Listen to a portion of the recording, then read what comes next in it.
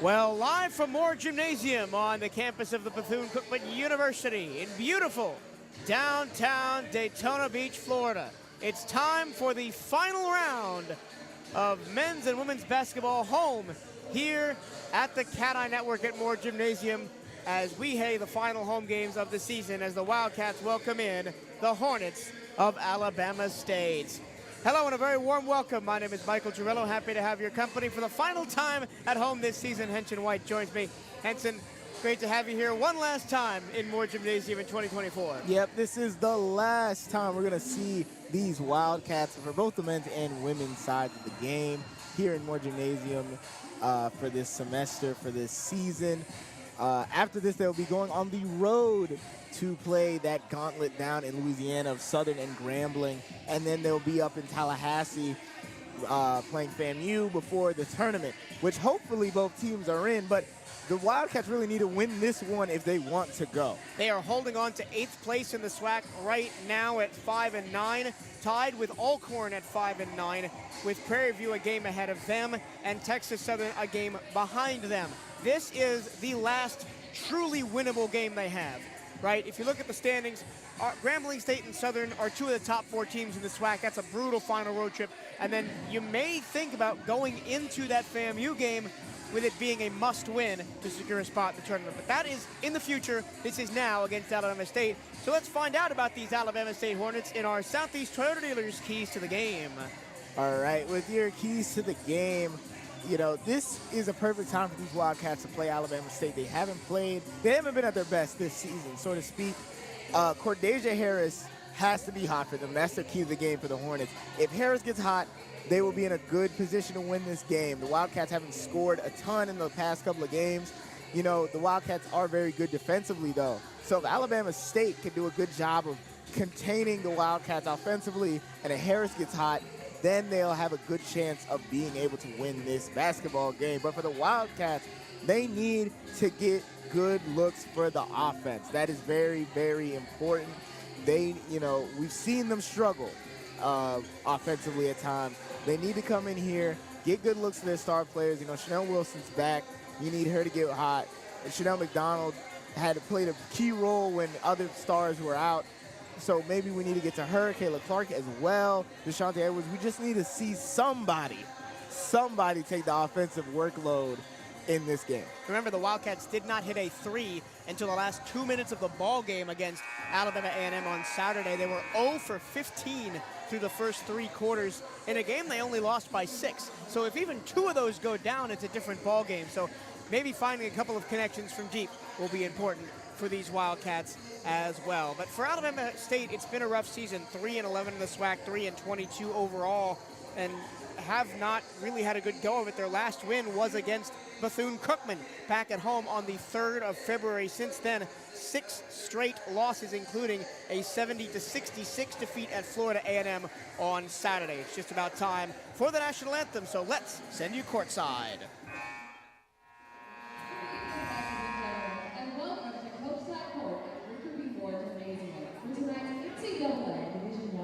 Basketball game between the Hornets of Alabama State and your Bethune-Cookman Wildcats. At this time, we ask that everyone in attendance please rise and gentlemen kindly remove your caps while veterans can take cover as we honor this great nation with the playing of our national anthem.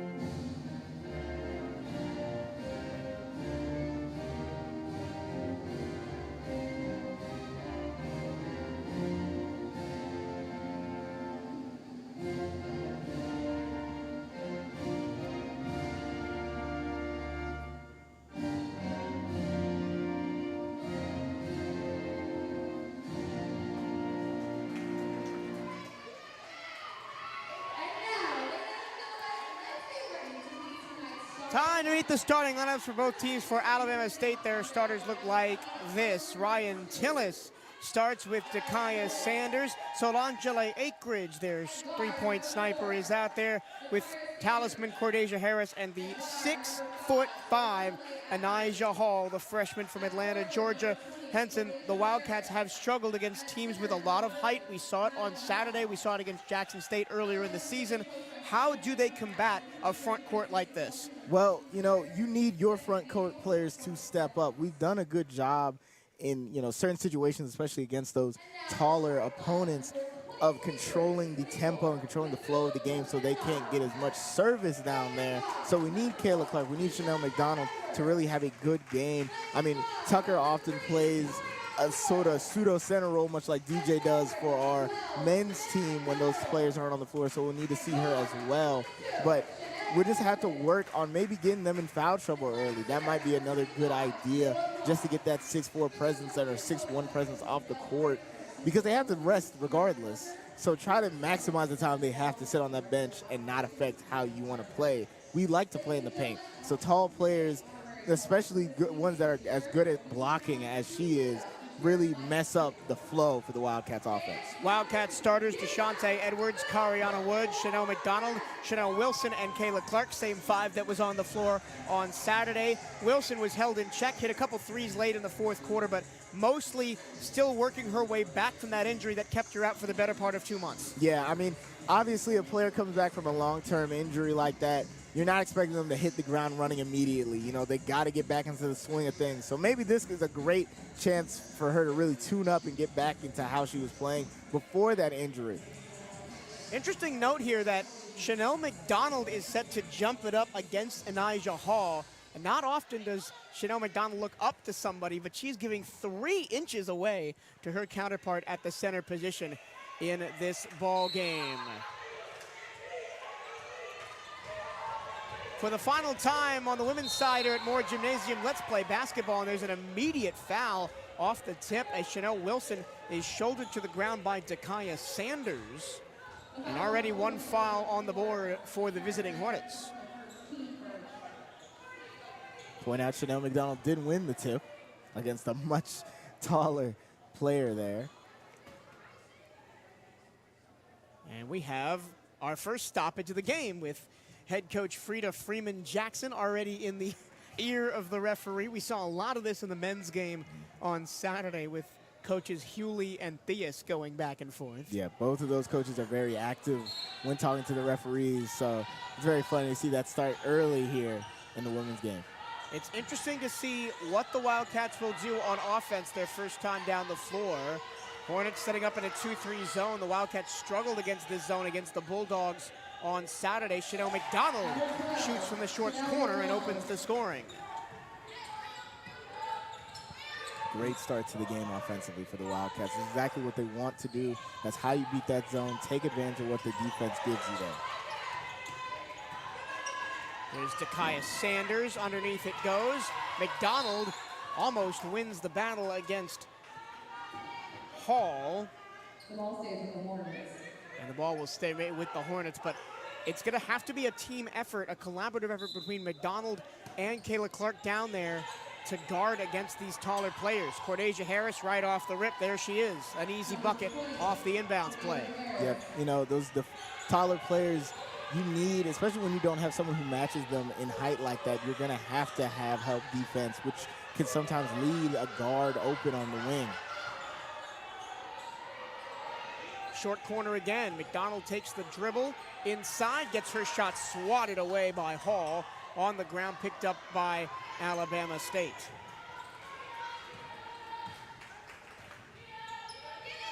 Hornets in transition. Here's Solangele Akridge, their best three-point shooter at 33%.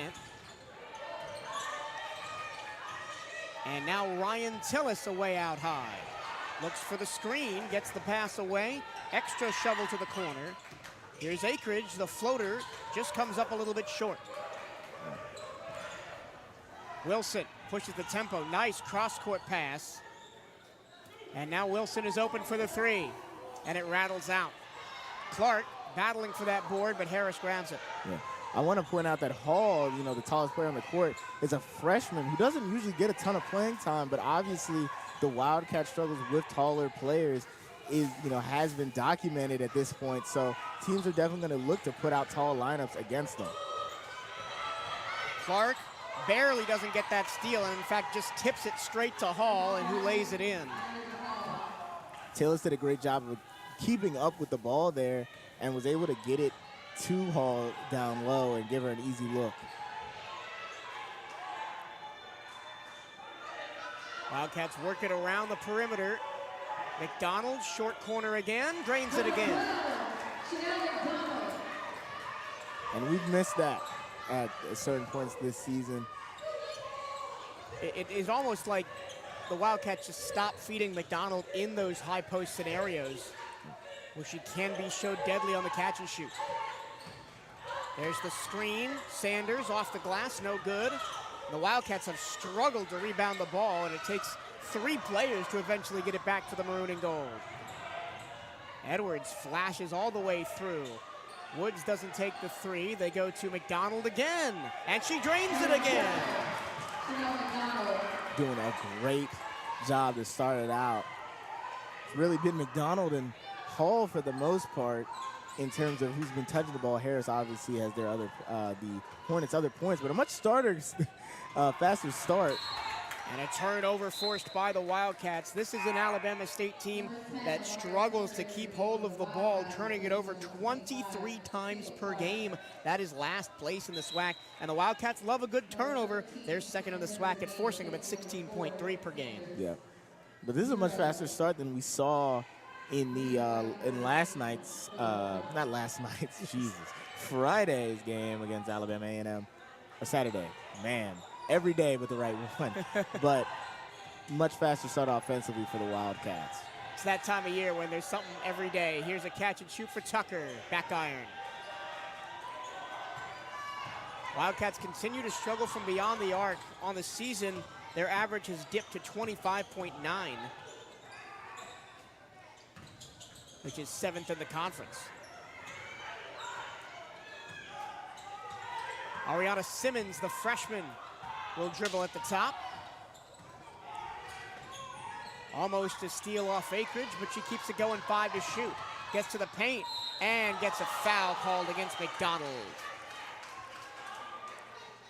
And now something we've seen Chanel McDonald sometimes get in trouble with is getting those early fouls and having to sit for extended periods of time as Coach Creighton pleads her case with the referee. But something we've seen is just getting in that early foul trouble, and then, you know, you don't have your only other big presence is Kayla Clark, and then if she gets in foul trouble, all of a sudden we're running a really small lineup. Akridge misses on the first one, the freshman from Spring Valley, California. This is a very young Alabama State team. They lost 4 of their 5 starters from last year, including SWAC Player of the Year Ayanna Emanuel and Jayla Crawford, who was on the SWAC first team as well. Shamaya Ward started this season on Alabama State's team, played the first 8 games, but due to an injury, medically retired before conference play began. That's a big loss for this team. She was averaging almost 16 points a game before she went down. Yeah. That's always tough to see a player have to, you know, give it up in that sense. So prayers are with her. Chanel Wilson, step back, short. Clark's there for the board. Put back, rolls in off the lid. And that's the presence under the basket that the Wildcats will need in this one. Yeah, they've been missing out on that sometimes, so it's really good to see it early. Open look on the outside for Akridge. She twists and turns. They float it up to Hall, and a great job by Clark to bat it down. Woods attacks, floats it up off the glass and in. Nice shot by Woods. But Akridge had tons of space there, acres if you will, but didn't take it, and then that forced Clark to make a really good defensive play that opened up and allowed that fast break opportunity. Harris tries a 3 off the heel, and the shortest player on the floor, Chanel Wilson, is there for the rebound. Wilson still not off the mark yet in this game. as she recovers from an injury that kept her out. So they play the pick and roll. Clark down low, guarded by Hall. She still muscles it up and can't get it. Tucker, the offensive rebound. It's still loose underneath. And it's going to be Alabama State ball as it was kicked out by the flailing Tucker as we head to the first media timeout. Southeast Toyota Dealers is a proud supporter of Bethune-Cookman University basketball. Visit your local Toyota dealer or explore Toyota.com today. Take advantage of our deals on our full line of vehicles. The 2024 SWAC men's and women's basketball tournaments presented by Buick return to the Magic City of Birmingham, Alabama on Wednesday, March 13th through Saturday, March 16th as the league's top 8 teams on both sides look to bring home championship titles with NCAA tournament berths on the line. This year's tournament is scheduled to be held in downtown Birmingham at Bartow Arena with all 14 tournament games broadcast on ESPN. For more information, visit the 2024 Starry SWAC men's and women's basketball tournaments. Visit www.swac.org, and the CatEye Network will be there to bring you radio, audio-only coverage of all the games that BCU is participating in, and I'm really looking forward to that trip. Yeah, it's going to be real fun to be in Birmingham watching some tournament hoops. You know, there's nothing like tournament swaction. There's nothing like it. You know, it's win or go home, and that always brings out the best in some of, you know, to see who can pull it out and really lock in those situations. And the Wildcats have started pretty well this game. Defensively, they've been astute. They've caused some turnovers, got some extra looks because of that, and that's why they're up right now. 10-5, 6 points for Chanel McDonald, but she has an early foul and is currently on the bench. But again, Kayla Clark has been right there. 2 rebounds, a steal, and 2 points for Clark. Yep. And now Hall sits, and I think maybe part of, as the Wildcats look to operate this full court press, part of the reason she was playing so much early is possibly because, you know, you're not really playing anything for at this point. You know this team doesn't play well against taller players. Why not put the freshman out there to see what she can do? Kayla White freshly into the game. She'll get the reach-in foul. She was a little late on that steal attempt. That'll be the second foul on BCU. Into the game now is Kamariana Tavares, the freshman from Murfreesboro, 6'3" center. Lots of height to bring to bear for this Alabama State team. They kick it out to the corner. Akridge twists and turns. Jackson goes baseline, and she steps on the out-of-bounds line and turns it over. Good job by the Wildcat defenders, pushing her out, but not pushing her out, if you know what I mean. You can't push her physically out of bounds, but using your body to force her to try to get those steps in as close as you can to the line, and she touches it, resulting in a turnover. Kayla White into the game for the first time, gives it up. White, an instrumental part of this offense for the time that Chanel Wilson was off the floor. And another foul on the Wildcats. That one's going to go on Tucker on the breakout. Yep, just try to slow her down a little bit, but doesn't get her feet set and kind of pushes against her on that baseline, getting that foul call. Now, 3 fouls as a team for the Wildcats. They're going to have to worry about going to the bonus if they keep up at this rate. This could be a very low-scoring game with teams that average 66 and 48 points per game.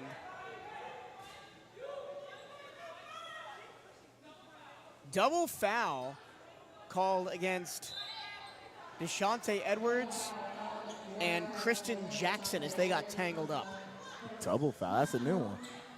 Not something you see very much as Deshante Edwards comes out. So now the Wildcats put the Hornets in the bonus with 3 minutes and 21 seconds to go in the first quarter. The first time these two teams met, it was a 56-53 Alabama State win, and that was back when the Wildcats were playing with only 6 active players.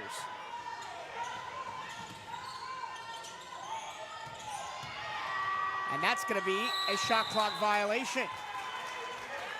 Takaya Sanders had a good look at a mid-range shot there, but she chose to pass it, not seeing how much time was left on the shot clock. Yeah, great job by the Wildcats defense. Sanders had a good look and had her defender in the air. She could have gone up for that shot and probably got the call, but tries to do a little bit too much offensively, passing it. and resulted in that turnover. White tries to drive into the zone. Woods up fakes, gets to the paint, and will go to the free throw line for the first time today. She couldn't get her layup to go. Wildcats have to make these free throws count. They're 8th of the SWAC in free throw percentage at 65%. Yep.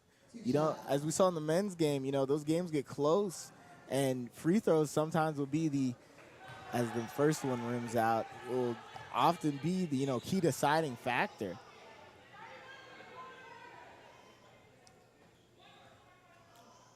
Woods, the sophomore from Ann Arbor, Michigan,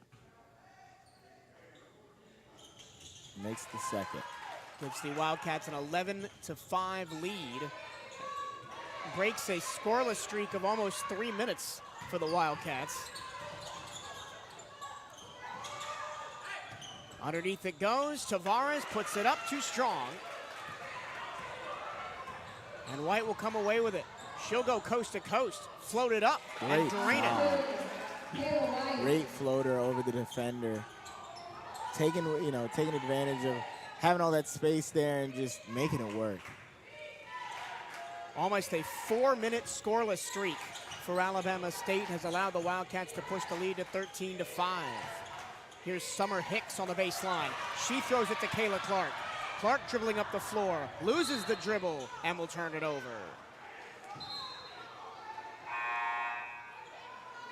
And there's a very animated Coach Janelle Creighton on her bench right now. Not often do you see the center dribbling it up the floor on a breakaway. And, you know, the smaller guards took advantage of that, getting up in her pocket, getting that steal and forcing the turnover. But this full court press has been implemented here by the Wildcats. We've seen it work against them a lot. Almost get another steal, and they do, as Damani Dorsey comes up with the steal. She is back after a bit of an injury. Transition three. No from Kayla White, and the Wildcats' struggles from deep continue. Sanders racing ahead. Akridge floats it up. Short, ping-pongs around. Wood grabs the board. And it was a good job by Woods, not going too fast, controlling and corralling the ball before moving anymore, making sure she had possession. They'll wait for the screen. It goes to the right. Tucker goes left, backdoor pass. Clark puts it up, gets it, and she gives Kristen Jackson the too small. Doing a great job to start this game out. Sanders trying to give it back the other way, and she'll go to the free throw line. Excuse me, Harris back on the floor now for Alabama State. And they could continue to rotate these very tall players in and out. They've got Danielle Bolton at 6'4", Summer Hicks at 5'11", Justina Graham 5'11", Ashley Gray 5'10", Cordesia Harris 6'1", Anijah Hall 6'5", Talia Hamilton 5'11", and Kamariana Tavares 6'3". That's 80% of the team. Yep, not a short team by any stretch of the word. But a very young team with only one senior on the roster, that being Cordesia Harris. So the future looks bright for the Hornets, you might say. But it's going to take some time for Frida Freeman Jackson to mold this new core. With 43 seconds to go in the quarter, Clark puts on the afterburners and comes up short. Looked like she got fouled there, but no call. Sanders to the corner, high pass. So Simmons couldn't take the open three. Sanders in traffic. Oh, a beautiful backdoor pass to Harris. Great pass in between the defenders. Now the Wildcats will likely hold for the last shot. 15 to shoot in the first quarter. It'll be Kayla White dancing and firing and missing. And a foul against Omaria Tucker will send Alabama State 90 feet to the free throw line to try and close this gap. The Wildcats they're winning the game, but you can tell the struggles on offense have not allowed them to pull away, as they have limited Alabama State to just 37% from the floor in this first quarter, but have only hit 7 buckets. Really, the struggles from deep really define how this team is playing. If you take those shots away, they're 7 of 12, right? So that's a very decent shooting percentage, but, you know, can't really make those threes count in those transition opportunities and getting those good looks from down there. And you give Cordesia Harris a chance at the line. Free throw shooting may be the weakest part of her game, just 54%, but she hits both. And it's a 5-point game in a quarter that the Wildcats have dominated for the most part, but don't have the points to show for it. Yeah, at one point they had a 10-point lead, and that was only, I'd say, about 45 to 50 seconds ago. But as you say, game of runs. Quick 5-point run for Bama State. 1 second left. White floats it up off the window. No good. And at the end of one, it's 15-10, the Wildcats over Alabama State right here on the CatEye Network. The BCU Diamond Cats are back at Jackie Robinson Ballpark and looking to continue their hot start to the 2024 season. You can catch Bethune-Cookman baseball this weekend as the Wildcats host Northwestern for a 3-game series at the Jack. First pitch, Friday, March 1st at 7 p.m. Tickets start at just $10, or if you can't make it to the park, you can catch all the action live on youtube.com/CatEye Network. Unfortunately, it won't be me you're hearing on the CatEye Network, not until Sunday, but Henson will be pitch hitting for me along with Bryce Hoynoski down there at Jackie Robinson. And a hot start for baseball as they took a game off Florida Gulf Coast yesterday in a dominant pitching performance by Daniel Gaviria. Yeah, obviously, you know, SWAC runners-up last year. They're going to look to push on to that, maybe win the championship this year, go to that tournament, World Series, College World Series tournament later. But obviously, you got to win the games in front of you. You know, start out strong and hope that progress continues throughout the year. Well, speaking of winning the games in front of you right now, it's the Chanel McDonald versus Harris show. Harris with a game-high 7.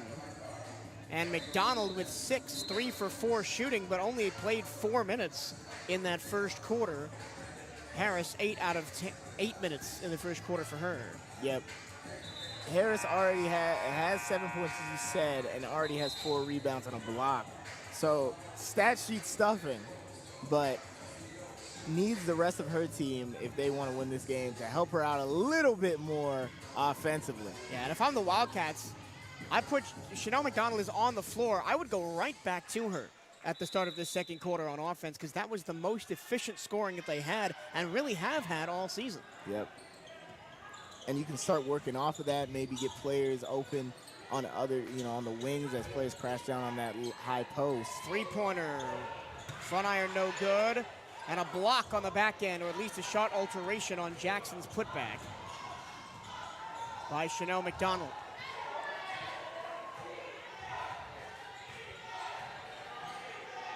Wildcats will go to Clark and then down low to McDonald. She lost the ball but got fouled in the process. And they immediately went right back to number 12. Yep. When you got a good thing going, don't go away from it. And this is a BCU team, right, that could be rounding into form at the right time. You've got Wilson back, trying to get back to the level she was before her injury. McDonald working hard underneath. She'll be fouled for a second time on this possession and go to the free throw line this time. You've got Damani Dorsey back from an injury now. You're back to pretty much full strength outside of the players that are no longer available this season. Yep. And you have the probably toughest 2 games you could play in the SWAC coming up, and then you have your rivalry game to end the season. So if they would win out here, that would be really strong heading into tournament time. That would be a team that you wouldn't be shocked if they ended up in a semifinal. Well, it's got to start today. And Chanel McDonald at the free throw line. She has been a revelation this year. Last year, the Wildcats a lot of times struggled for post play as Damani Dorsey hounds the Hornets in the backcourt. But Chanel McDonald has given the Wildcats an excellent second option at power forward and a great scoring option within 10 feet. Step back 3 for Sanders. In and out, Dorsey gets the board. Wildcats want to push the tempo. White floats through. And that it's, I think they're calling a travel, so the basket will not count. Tough bucket if it counted. But you could see that Kayla White just wants to attack.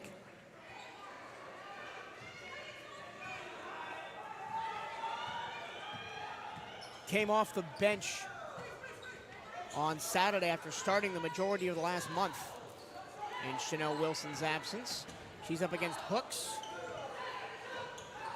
Hooks goes left, gets baseline, and has her shot evaporated by Kayla Clark.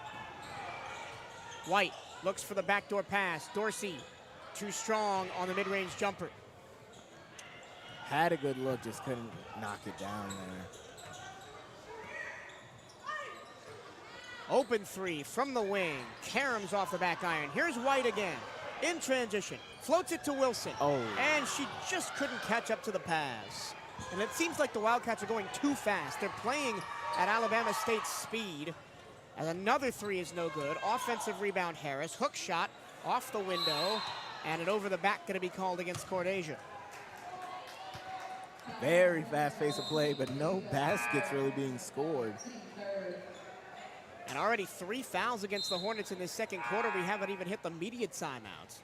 And we'll see Anijah Hall come back in. The freshman probably going to break her minutes record for the season coming into tonight.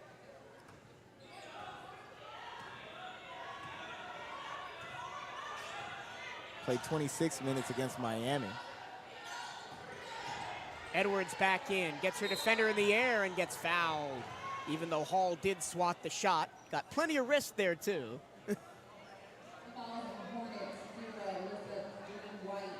Actually, they'll get the foul on Green White for the push in the back. Could have gone either way there. The Wildcats are going to have to win this one from the line, especially against a taller team. When you're driving like that, a lot of the times you're not really looking to score. I mean, you prefer to score, but really you're looking for that contact and to put yourself on the line and maybe get some of these taller players in foul trouble.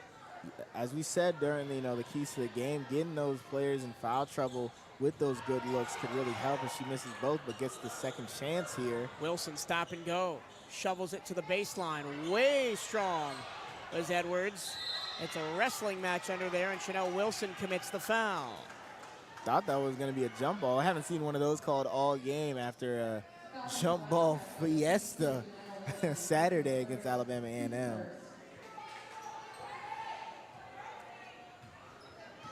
The Wildcats have dripped down to 38% from the floor. Just not able to convert on these opportunities, but they're going to keep getting them because Alabama State turns the ball over again.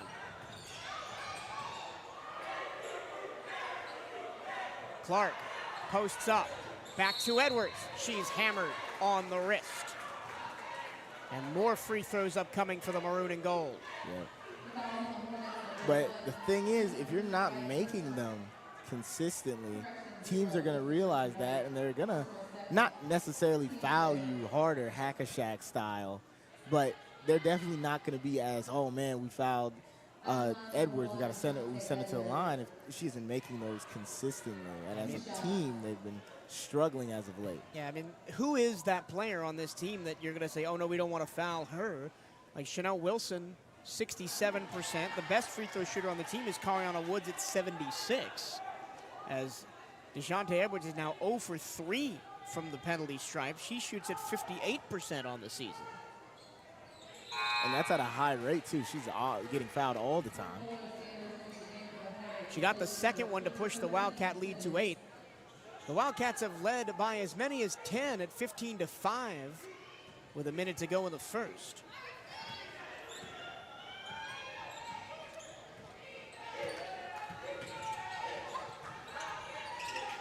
This Alabama State team is not afraid to use their entire bench. They've already sent 14 players to the floor through a quarter and a third.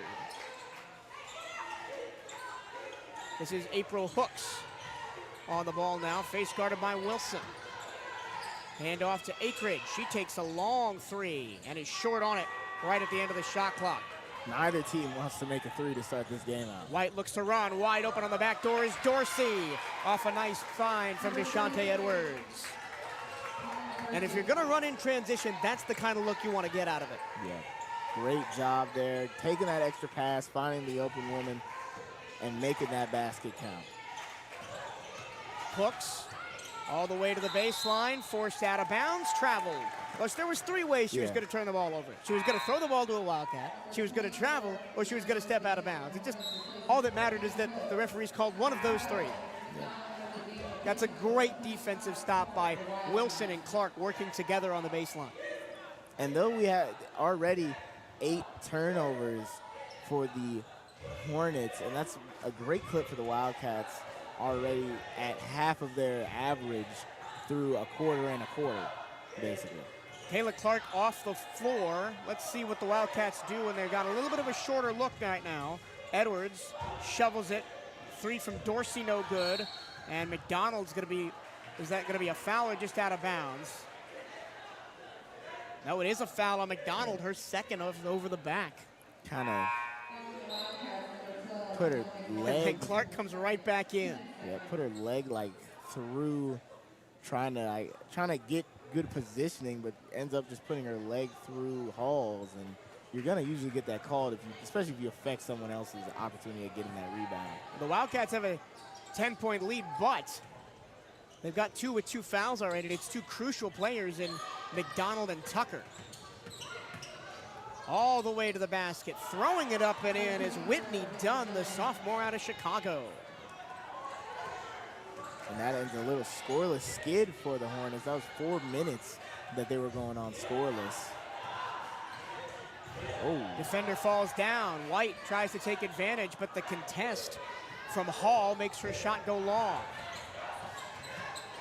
And just the presence of somebody that's 6'5" can interrupt those mid-range shots even without her being in the face of the shooter. They tried the dribble handoff. A flying layup is no good. That was done again.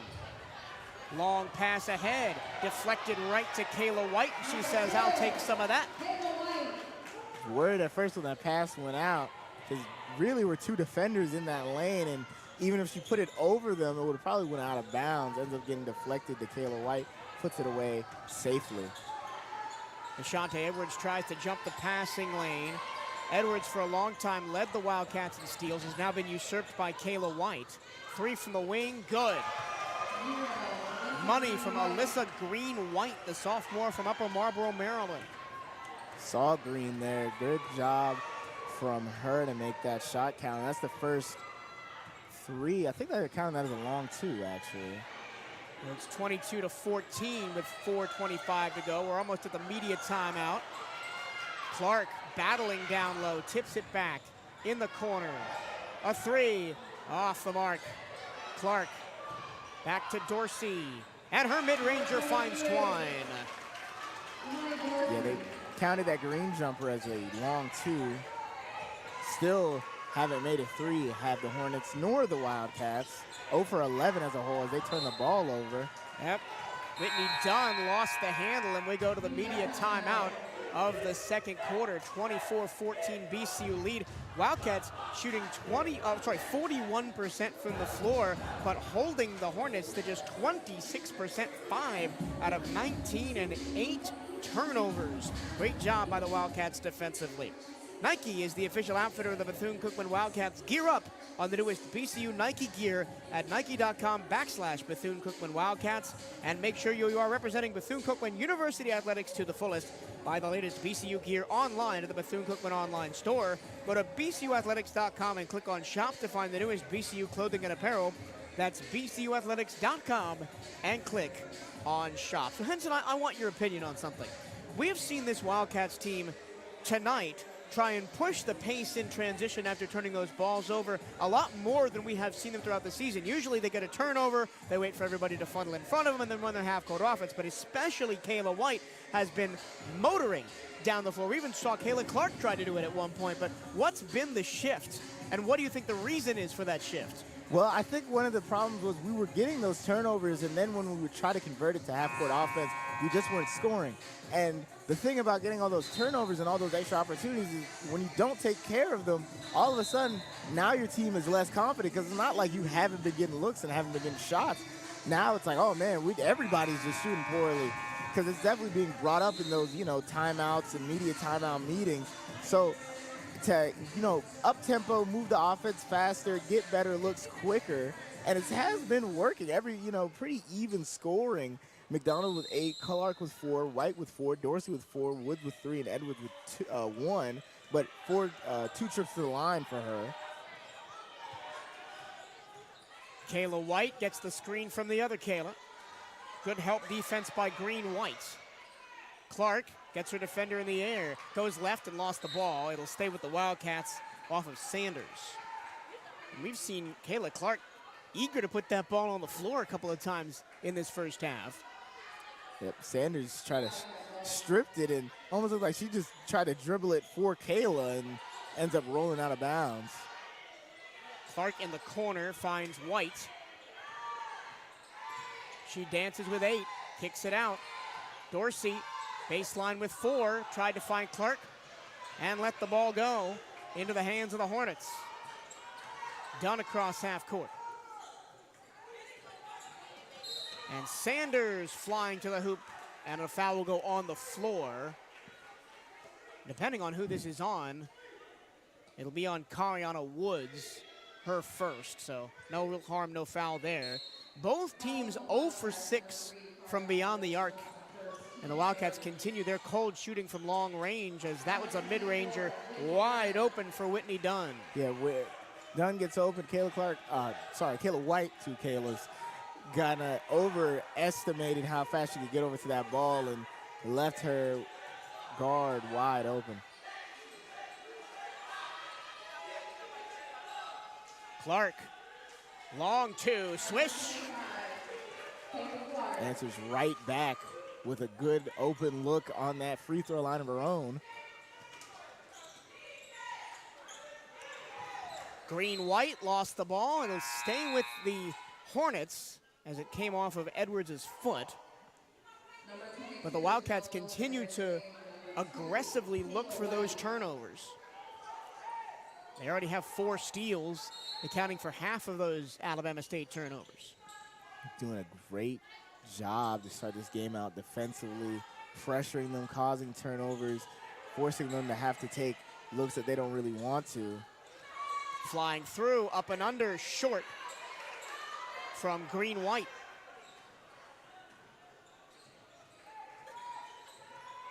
And now the Wildcats will slow it down. Yep, you got time on your side. Woods reached in upon by Dunn. Whitney Dunn, a sophomore from Chicago, Illinois, played her first college season at Loyola Chicago. Only averaged just under 5 minutes and scored 17 points and got 20 rebounds overall in 21 games played. Yeah, Loyola Chicago, famous for that crazy run a couple years back. Over on the men's side, yeah. And don't sleep on Loyola Chicago this season either. They got a pretty decent team out there in the A-10.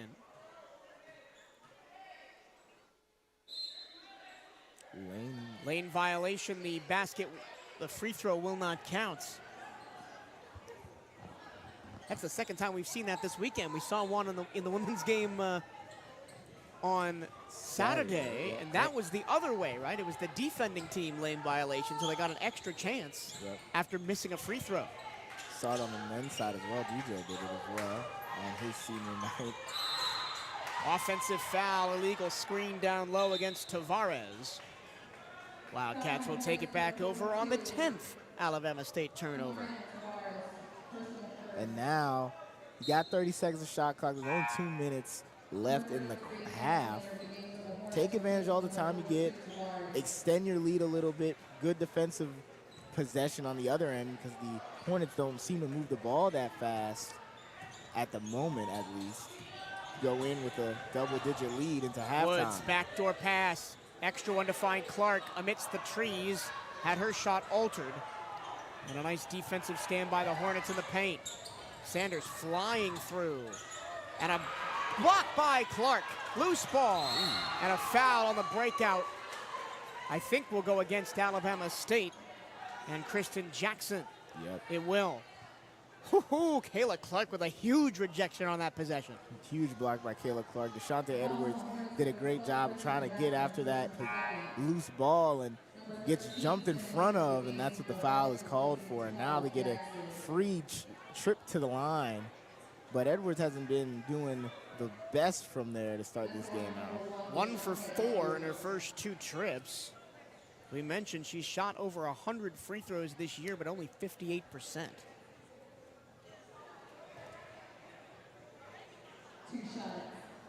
But this 27-16 lead is the largest the Wildcats have had at 11 points. And with 1:42 left to go in a very low-scoring first half, you want to continue playing good defense and then take your chances where you can get them on the offensive end. Don't try anything too fancy. Yep. And the Wildcats have turned the ball over 4 times, and I think all 4 of those turnovers have been just trying to do a little bit too much in the paint. Unlucky roll there for Edwards. 28-16, the Wildcat advantage. Minute and a half to go. First half, final home game of the season for the Wildcats here at Moore Gymnasium. The Hornets will keep the ball, last touched by Edwards. Really only 4, 5, 6 max possessions left in this half. Ryan Tillis back in after starting but only playing the first 3 minutes, the sophomore from Atlanta. Tillis is on wood. She goes downstairs. Hamilton rattles it down over Clark. This is going to be the battle of the forwards on both sides. You've seen McDonald have a team leading 8 for the Wildcats, and all the forwards are getting involved for Alabama State. Minute to go in the first half. A couple of fancy dribbles for Edwards. Dorsey catch and shoot, just off the mark. And a foul gonna go against Hamilton, as she was trying to box out Kayla Clark. Yep, held her back with her arm, I guess, to get that call. Usually you don't see that called on the offensive player. Usually see it's for the player that's trying to box out, whether it be offensive or defensive. But must have done something egregious that we just didn't see in the booth. I think she held her back with the arm was what the official indicated. Yep. And Clark, another missed free throw. Wildcats under 50% from the line. They've had double the attempts from the charity stripe, but have only hit 2 more than Alabama State. Make that 3 as Kayla Clark makes the second, putting it back at a lead at 11. Potentially the last touch of the ball for the Hornets in half number 1. Sanders down the double screen. Backdoor pass knocked out of bounds by Dorsey. But the Wildcats have done a good job of moving their feet and guarding those screen and rolls. Tavares tries to work 3. And it's going to be a foul against Deshante Edwards. She implores the referee that she got all ball. But it won't matter, and the Hornets will go to the line. Ariana Simmons from Concord, North Carolina, a freshman at a Cox Mill High School, is at the line. This is a team with only 1 senior, Cordeja Harris, and 1 junior in Justina Graham. Everybody else a freshman or sophomore. First one rolls in off the front rim. And a chance for the Hornets to cut it to under 10 at the end of the first half. And if you're Coach Freeman Jackson and you're shooting 30% from the floor, if you're down less than 10, I think you'll be happy. Yep. And now the Wildcats really have probably a possession before the half ends. 7-second different shot clock to game clock. Chanel Wilson back on the floor. She'll try and go backdoor pass and get a kickball called against Sanders. Thank you for joining us for the final time this season on the CatEye Network. We appreciate your patronage all season long, whether you're a fan of BCU, Alabama State, or just a fan of basketball in general.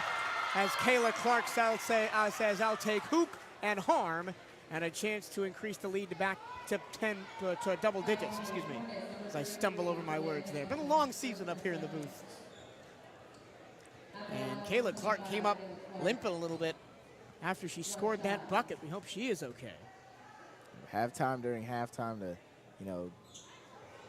see whatever that's about. She races through, almost gets her own rebound, but a momentum carries her out of bounds. So this is the opportunity for an and one, and the Wildcats will look for one more defensive stop to take an 11-point lead into halftime. Sanders, who's played the most minutes of anybody for Alabama State, along with Akridge, will control it. Wilson will guard her out high. Akridge, double teamed. Step back, long two baseline, in and out. And the rebound is batted around, back to Sanders. 1 second left. Nobody will grab it, and we will head to the halftime interval. 31-20. As Dorsey busted open. Was on the wrong end of that clash of limbs right at the end of the half. That's something the referees may want to look at the break, but we will take a break for the halftime interval. It's 31-20. Wildcats not really at the races much offensively, Henson, but that may be the best half we've seen from them in quite a while. Yeah, that was compared to what we've been seeing, a very good offensive half for the Wildcats. They got the ball to multiple players. There was multiple trips to the line. If we were just more clinical from there, it would be a much bigger lead. And if we were better from beyond the arc, would be a better area from there. But doing a great job defensively, as always, keeping the Hornets to a 29% shooting percentage and causing 10 turnovers and forcing them into 13 fouls. We've done a great job to start this game out, and hopefully it will continue with them already having near some of their late game totals. Only 39 points scored against Jackson State, and they're already nearing that at the end of this second half. We'll take a break for halftime, and we'll come back in about 10 minutes and get you your Southeast Toyota Dealers halftime report. Until then, for Michael and Henson, we'll see you back here after halftime. It is 31-20, Wildcats over Hornets, right here on the CatEye Network.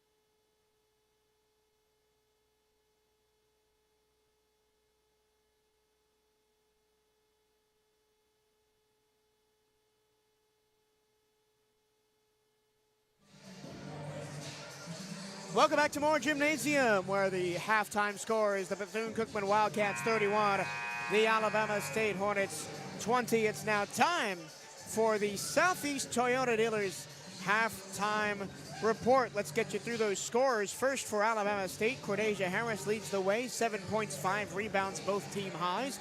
Dunn has 4, Hall has 2, Green-White with 2, Simmons with 2, Hamilton with 2, Akridge with 1, and that's it. Tillis, Sanders, Jackson, Hooks, Tavares, and Hicks have all played without scoring. And for Bethune-Cookman, Clark leads the way with 9, McDonald has 8, Woods has 4, White and Dorsey also have 4, Edwards has 2. A rare scoreless half for Chanel Wilson, but the Wildcats were mostly getting it done on the interior, Henson. Yeah, they've done a great job of getting down low and making those baskets count. You know, getting those shots, getting those good looks. As we said, key to the game, getting good looks for your key players. Chanel McDonald started out hot with those high post plays. Kayla Clark's been instrumental down low as well. Kayla White's been, Kayla White, Kerrigan Woods, Damani Dorsey, Edwards, all have been driving to the basket. Everyone's been pretty much only scoring in the paint or adjacent to the paint. No threes have gone in for either team yet. It's an 0 for 12 cold night for both the Hornets and the Wildcats. And the Hornets are probably abuzz with frustration after that first half. You got all those fouls against a lot of your key players early, and then no one really could get control of the scoring. Harris has been mostly quiet, and that's a large part due to the Wildcats defense forcing the ball into not her hands. And then she has 5 rebounds, a steal, a block, an assist, 2 fouls in 10 minutes. She's literally done pretty much everything you could do other than turn the ball over in a basketball game. Team stats look like this. The Wildcats out rebounding the Hornets 19-18 and 4-3 on the offensive side. That leads to 5 second chance points for the Wildcats, 0 second chance points for the Hornets. Both teams have 15 defensive rebounds. The Wildcats have been sharing the ball better with 10 assists to 6. They have forced 10 turnovers for Alabama State, leading to 3 points off turnovers. The Wildcats have turned the ball over 4 times, with 2 points off turnovers going Alabama State's way. So that's an interesting stat. We talked a lot about it with the men's team, right? Force a lot of turnovers, but not capitalizing on those turnovers. 10 turnovers, but only 3 points off those turnovers in this first half for the Wildcats. Yeah, we've seen them struggle offensively, and of course that stretches even to their turnovers. A lot of those points we saw them score on fast breaks and transitions were just due to rebounds and long misses by the Hornets. So obviously something that they got to work on is working on that quick fast break offense, making those outlet passes matter and getting good looks off of that. We've seen them take transition threes on those turnovers, and that's part of the reason we haven't seen many points off of them, because they're taking those open looks and just not hitting them. Once again, not bad looks. You just gotta make them. Both teams have also scored 12 points in the paint. An interesting situation developing on the floor. We saw at the halftime interval Damani Dorsey take an elbow to the head at the end of the first half in a scramble for the ball that was reviewed by the officials, called no foul for incidental contact, but she is not on the floor and not in the huddle as we get set for the second half. Yeah, they might. I mean, she was able to walk off the court rather of her own control and stuff. So hopefully it's nothing more than maybe just trying to find something to cover that, or stop it necessarily.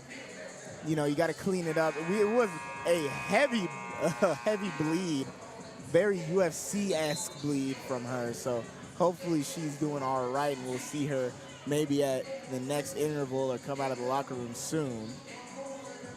Wildcats with Woods, Clark, Edwards, McDonald, and Wilson on the floor to start half number 2. And we are underway from more gym. Wildcats with 11-point advantage, their joint highest lead of the game, looking to extend it. McDonald with a catch down low, and she finishes off the glass. Great start. Same thing happened at the beginning of the first half. Get that ball to Chanel McDonald, let her go to work. She scored the first 6 points for the Wildcats, but only ended up with 8 in the entire first half. Hornets trying to respond in kind. Long stretch pass, only finds the Hornets bench from freshman Anijah Hall.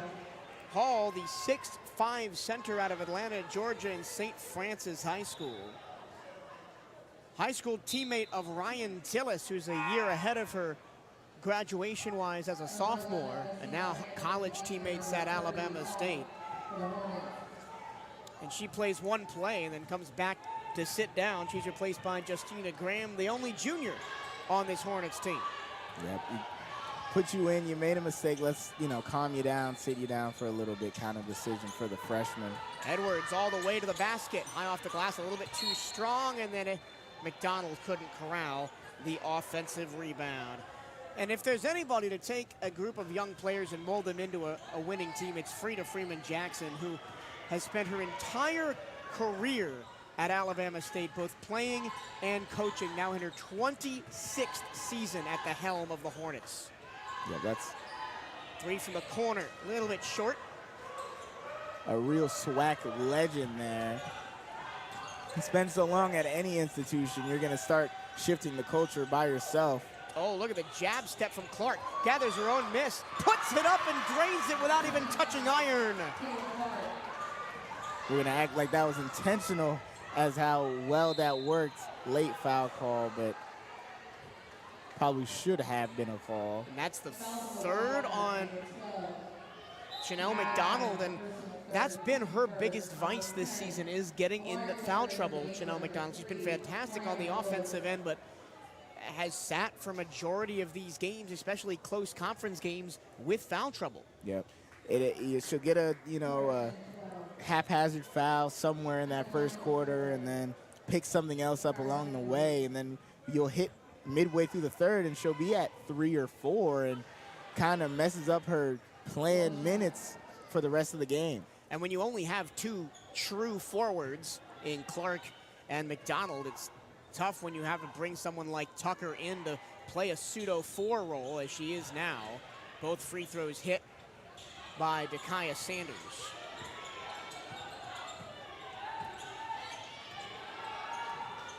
And for the most part this season, when you wanted a three-pointer hit, you went to Amaria Tucker. But right now they go downstairs. Reverse layup.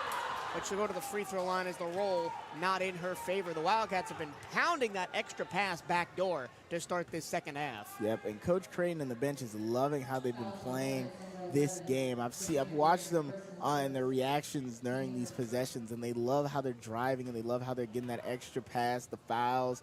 It's really how I think they've wanted to play for much of the year, and just haven't had the personnel out there, and foul trouble and injuries and all that kind of stuff, which has kind of shifted them away from that.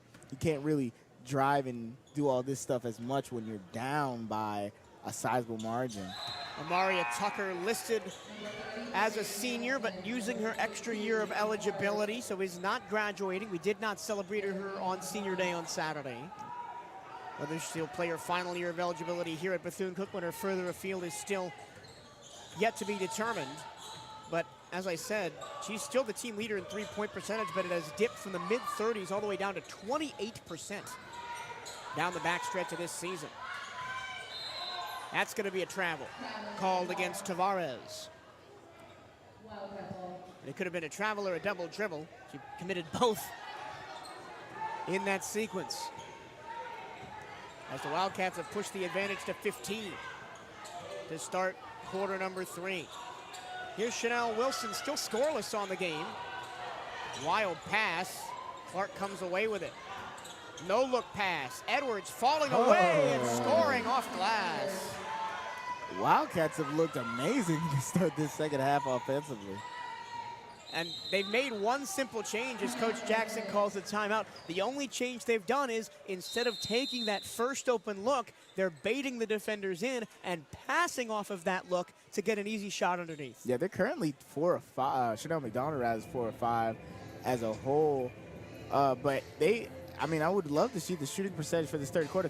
3 of 5 to start this half off, and 2 for 2, 100% from the free throw line. Haven't fouled anybody. They've done a great job to start it out.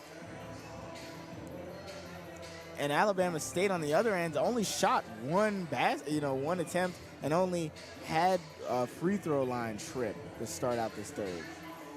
Stay up to date with everything Bethune-Cookman Athletics by checking out the Wildcats on social media. Give BCU Athletics a like on Facebook and follow the Wildcats on Twitter and Instagram at BCU_athletics. For the latest on BCU women's basketball, follow at BCU WBB on Twitter and Instagram. And you will want to follow those social accounts because Eli and Gino and everybody that works with CatEye Network on the production side puts out great recap videos and hype videos. Yeah, they do a great job with promotional videos for the university and these sports and athletic events. I need them to start doing stuff for me, just me walking around, make it look real cool. We did get a feature last week. There was a quick shot of us doing some commentary. Cameras in our face. We felt real important and famous for like 10 seconds. Thank you, Eli. I know Eli's not listening because he's down there shooting film for the replay. But he'll listen to this back, and we can give him his 5 seconds of fame. Wildcats up 39-22. And they got another steal. Tucker comes away with it. She goes coast to coast, gives it up. And the pass was too hot for Deshante Edwards to handle. But that's exactly what they want to do, though. That was well worked, just a little bit too much zip on it. They have mostly kept Cordasia Harris in check. 7 points on 2 of 4 shooting and 2 fouls for the Hornet taliswoman. Coming off a performance last week against Mississippi Valley State where she had 33 points. That's a tough shot in traffic. Clark rips down the rebound. Bit dramatic from Clark. Wide open underneath. Tucker goes for an acrobatic finish and just comes up a little bit short. And a traveling violation called against Tillis as she falls over. Great job by Deshante Edwards to harass her into making a mistake. Yep, didn't even foul her. Kind of just messes with her enough so that she has to try to take that step to bounce herself and ends up traveling. And something I've noticed that the Hornets do is this kind of baton pass thing every time they make a substitution. Wonder why they do that. Oh, yeah. Clark isoed up on Harris. She spins, and great defense by Harris. And Clark continuing to struggle as she limps her way down the floor. 5-on-4 for the Hornets, and their first three-pointer of the game is good for Solangele Akridge. She shoots him at 33%. Yep. Clark back to work, backdoor pass, and a foul as Edwards went through the tall trees under the basket trying to put a shot up. And you can see Kayla Clark struggling with that left foot. Yeah, some happened during that last interaction. And now Edwards back to the free throw line. The most frequent visitor to the charity stripe on the game for the Wildcats. She is 2 of 6, now 3 of 7. Which seems fine, Clark does, at least sitting down. No one rushed over to check on her. Probably just a little tired. Well, in a game that is 40-25, I would not be surprised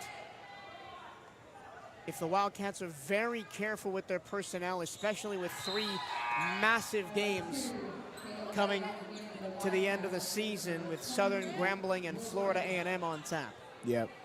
Take advantage of getting this lead. Rest your players. If you could keep them at a sizable distance, you could really take advantage of that. Rest your key players for those important games coming up, really for the sake of your season. We haven't seen Chariot Johnson or Gabriella Stevens yet, but I would expect to see them at some point. Nice fancy dribble move, a spin for good measure, and a miss from Dunn. Cariana Woods is fouled as she tried to exit the hot zone underneath the basket. This is something that the Hornets have started doing in the second half that I've noticed is immediately after a defensive rebound, they're pressuring and trying to force the Wildcats into a quick turnover. Yeah, when you're down by a sizable margin, you have to start shifting something defensively, and that seems to be what they've tried to do. McDonald had the ball go off her foot. And then the ball goes off of Sanders' back right to Edwards, and she'll go back to the free throw line. And we have talked all year, Hanson, especially about DeShante Edwards and Kariana Woods, but to a lesser point, Kayla White as well, about how they're some of the shorter players on the floor, but they aggressively attack, sometimes to their detriment, but mostly it's a positive into those taller defenders. Yeah, DeShante Edwards will drive. I think even if she was on randomly put in a men's game and there was a pull us way down low, I think she would still drive against them at 7 foot. She just plays with reckless abandon in a good way in terms of driving and not being fazed by having bigger and taller defenders down low. And I think that's why she shot the most free throws on the team this season. But again, I got to harp on the 58% from the free throw line. Second one is in off the rim, and it's 42-25. Wildcats continuing to stand strong defensively, have only allowed one Hornet field goal in the half, and that was the 3 by Salangele. Again, the Hornets try and trap Tucker in the backcourt. Nice find to catch White moving up the floor. Bounce pass Edwards, she goes inside again, rips through, loses the ball, and it'll still be Wildcat ball, last touched by Harris. A correction, that's done under there. Harris is on the bench.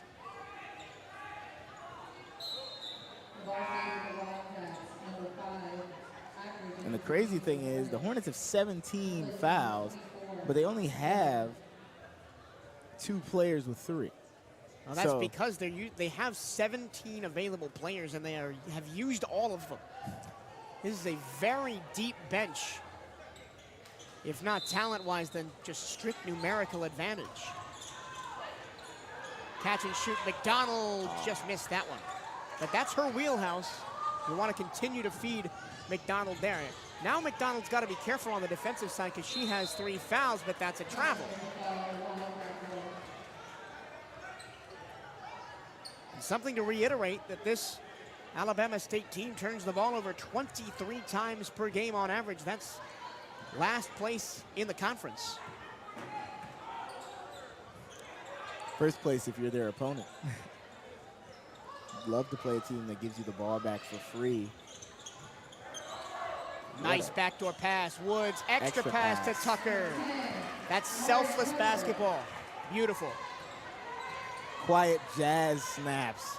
Sorry to react to that one. Just a nice job seeing that open look you gave your teammate by forcing the defender to crash down on you. Here's Hooks, and Tavares bricked it to the left. And the Wildcats still look to push the pace. Here's Kayla White on a run all the way to the baseline, changes hands in midair, can't get it to go. Put back, no good by McDonald, and holding her head is Tucker. And it's gonna be Alabama State ball off the fingertips of McDonald off a crazy sequence. And another rogue elbow. Yeah, Omaria Tucker seems like she caught the worst of that last passage of play. Come be a part of BCU Athletics and support the CatEye Network. If you or your business is interested in partnering with us here on the CatEye Network, you can reach out to the Wildcat Communications Department at bcusportsinfo@cookman.edu. That's bcusportsinfo@cookman.edu. And there is no BC without you. Show your support for Bethune-Cookman Athletics by joining the Wildcat Champions Club today. Help us build a championship culture at Bethune-Cookman. You can donate and join at cookman.scalefunder.com. That's cookman.scalefunder.com. And visit your local Toyota dealers or exploretoyota.com today and take advantage of the deals on their full line of vehicles. A hot start to the third quarter for Bethune-Cookman. They've already scored 13 points at the media timeout. For reference, they scored 15 in the first and 16 in the second, so they are on pace to blitz their previous quarter performances. The Hornets have been held to just 1 of 6 from the floor, 5 points in the quarter. And the Wildcats have opened up their largest lead of the night at 44-25. They've done a great job to start out this third quarter. We've seen them get those good looks down low, get to the line. They haven't shot extremely well from the field, 4 of 11, but 5 of 6 from the free throw line.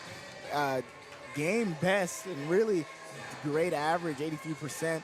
Only 1 foul and forced 4 fouls on the other end, and held the Hornets offensively the 1-6 shooting.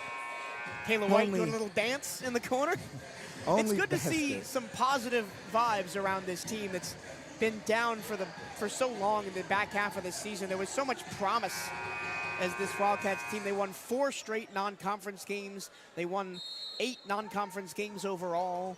Their best record in almost a decade. And then, of course, the injury bug hit at the worst possible time in the middle of conference play. And they've lost 5 straight coming into tonight. Offensive foul, another illegal screen. That time going to go against Akridge.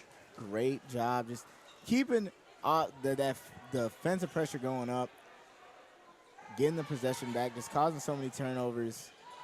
And it's not, sorry about that, it's not often you see an illegal screen on a pin down. Yeah, I mean, just hasn't been working offensively for the Hornets in this third quarter. And for much of this game, Wide open 3, bingo! Finally a 3 for Tucker. took us a minute, but now stuff's really flowing. Wildcats off the mark from 3. They were previously 0 of 6 on the game. Again, great defense, forces another turnover. Deshante Edwards working hard in the paint. And she brings an energy to this team, especially when she's on her game in days like today. Yep. And you see it through the defensive energy, right? The moniker defense wins championships is something that doesn't often apply to the game of basketball. You know, usually offense beats defense, but when you see a team like this that plays great defense, Woods got her shot rejected by Cordasia Harris. I think she let out some of her frustration at today's events on that block. But to finish my point, you see a team that plays great defense like the Wildcats do, as a 5-footer goes down for Chanel McDonald. It just can bring up the whole energy of a team.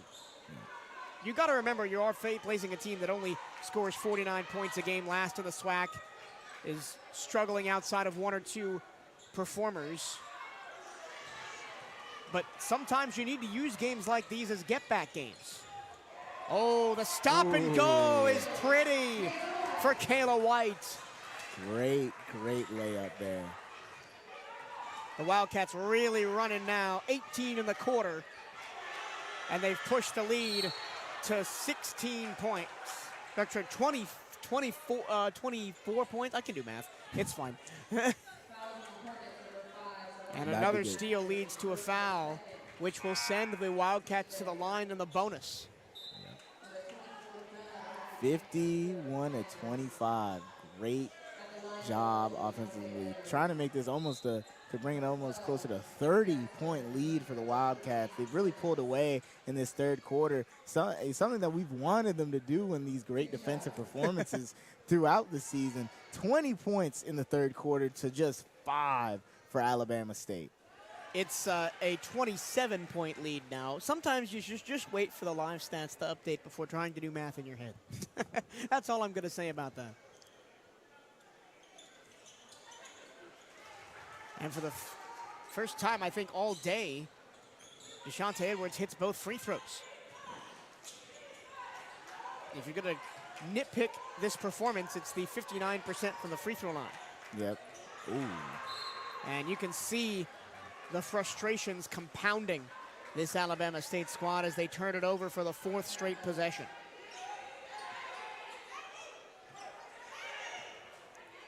And I wouldn't be surprised to see the freshmen Chariot Johnson and Gabriella Stevens in the game sometime in this second half. Yep. The funny thing is Chariot Johnson. Tucker just takes it. Confidence oozing out of this team right now. Offensive putback and a foul for McDonald. But back to my point, Chanel McDonald does a great job putting that ball back up. Chariot Johnson has gotten regular playing time the past couple of games, so it's not as surprising as it was at the earlier in conference play to see her play. Gabriella Stevens hasn't played as much, but we've seen her a couple of times. Chanel McDonald of course, one of our best post scorers on the team, has done a great job of getting those hard foul calls. Even though she got an early foul trouble, has done a great job of remaining in this game and helping extend the lead now to 30. We were talking about Chariot Johnson in the first game against Alabama State, as Harris's layup is long, and it's out of bounds, ball to the Wildcats. She played 12 minutes and was 0 for 3 from the floor. In a game where the Wildcats only used 7 players, Kariana Woods played 40 minutes. Kayla White played 39 minutes in that game.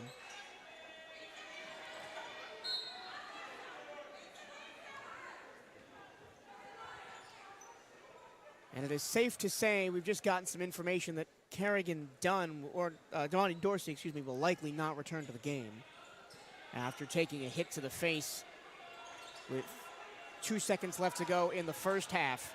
White, unopposed to the rim.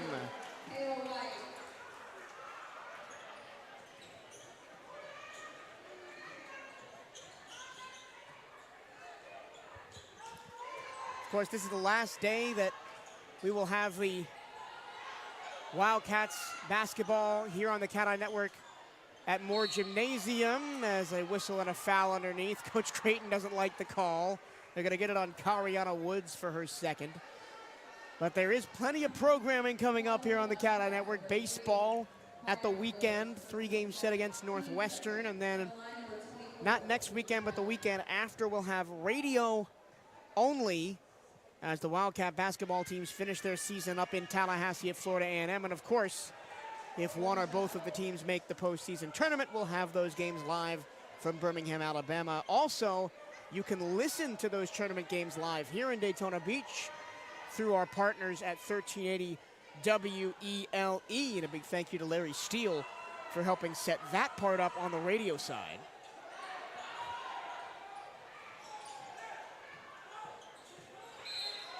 Another foul in the backcourt. This might, how this game's going, we might see a season high of fouls against for the Wildcats. Now, if there's one team, right, that can afford to maybe foul a lot, it's Alabama State with 17 players on their roster. So I see the Wildcat men's team hanging out. That's over there.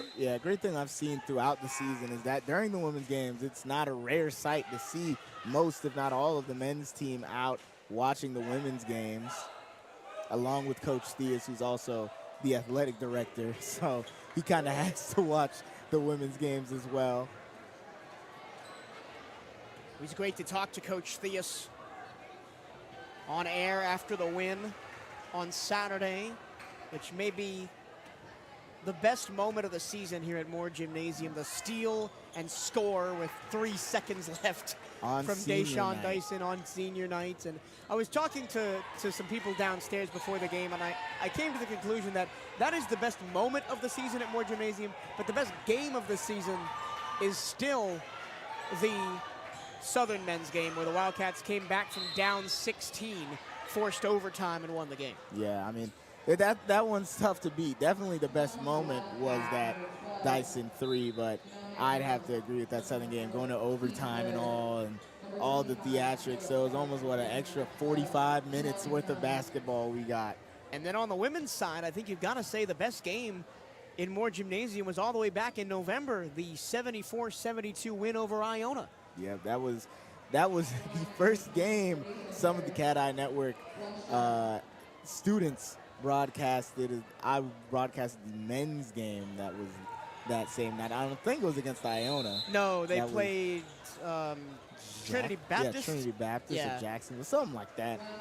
And that game was hilarious to follow up on after an overtime thriller to just go to a kind of a much slower pace of game. And McDonald, while we were talking, Chanel McDonald picked up her 4th foul. And Alyssa Green-White picked up her 4th as well in only 11 minutes. But Chanel McDonald did pick up her 4th foul, and Kayla Clark came back on the floor, but still visibly limping. And I wonder if we see a situation with the Wildcats up by 30 right now, where you sit both of them, maybe play Tucker at the 5 and bring in Stevens or Johnson to play the 4. Yep. I mean, you don't really have a reason to force her to play.